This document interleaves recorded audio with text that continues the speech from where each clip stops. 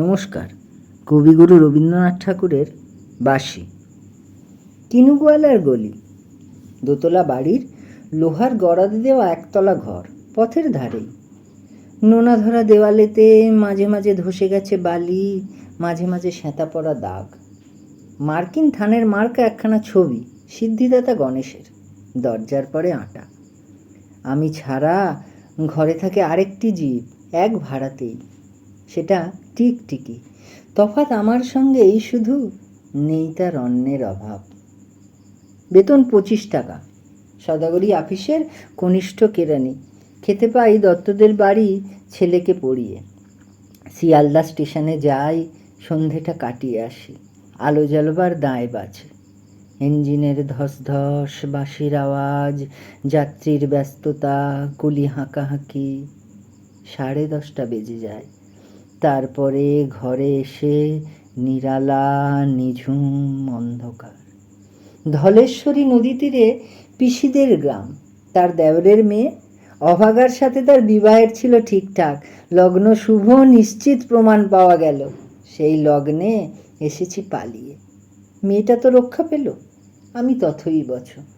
ঘরেতে এলো না সে তো, মনে তার নিত্য আসা যাওয়া, পরনে ঢাকাই শাড়ি, কপালে সিঁদুর। বর্ষা ঘনঘোর, ট্রামের খরচা বাড়ে, মাঝে মাঝে মাইনেও কাটা যায়। গলিটার কোণে কোণে জমে ওঠে, পচে ওঠে আমের খোসা ও আঁটি, কাঁঠালের ভুতি, মাছের কানকো, মরা বিড়ালের ছানা, ছাইপাশ আরও কত কি যে। ছাতার অবস্থাখানা জরিমানা দেয়া মাইনের মতো, বহু ছিদ্রতা। আপিসের সাজ, গোপীকান্ত গোসাইয়ের মনটা যেমন সর্বদাই রসসিক্ত থাকে।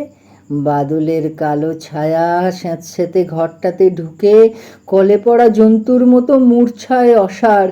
দিনরাত মনে হয় কোনো আধমরা জগতের সঙ্গে যেন আষ্টে পৃষ্ঠে বাঁধা পড়ে আছি।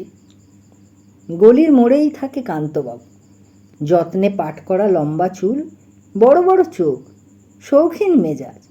কর্নেট বাজানো তার শখ। মাঝে মাঝে সুর জেগে ওঠে এ গলির বিভৎস বাতাসে, কখনো গভীর রাতে, ভোরবেলা আধো অন্ধকারে, কখনো বৈকালে ঝিকিমিকি আলো ছাওয়ায়। হঠাৎ সন্ধ্যায় সিন্ধু বারোয়ায় লাগে টান, সমস্ত আকাশে বাজে অনাদিকালের বিরহ বেদনা। তখনই মুহূর্তে ধরা পড়ে এ গলিটা ঘোর মিছে, দুর্বিষহ মাতালের প্রলাপের মতো। হঠাৎ খবর পাই মনে, আকবর বাদশার সঙ্গে হরিপদ কেরানির কোনো ভেদ নেই।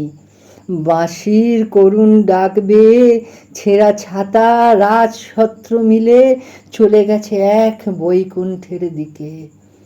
এ গান যেখানে সত্য, অনন্ত গোধূলি লগ্নে, সেইখানে বহি চলে ধলেশ্বরী।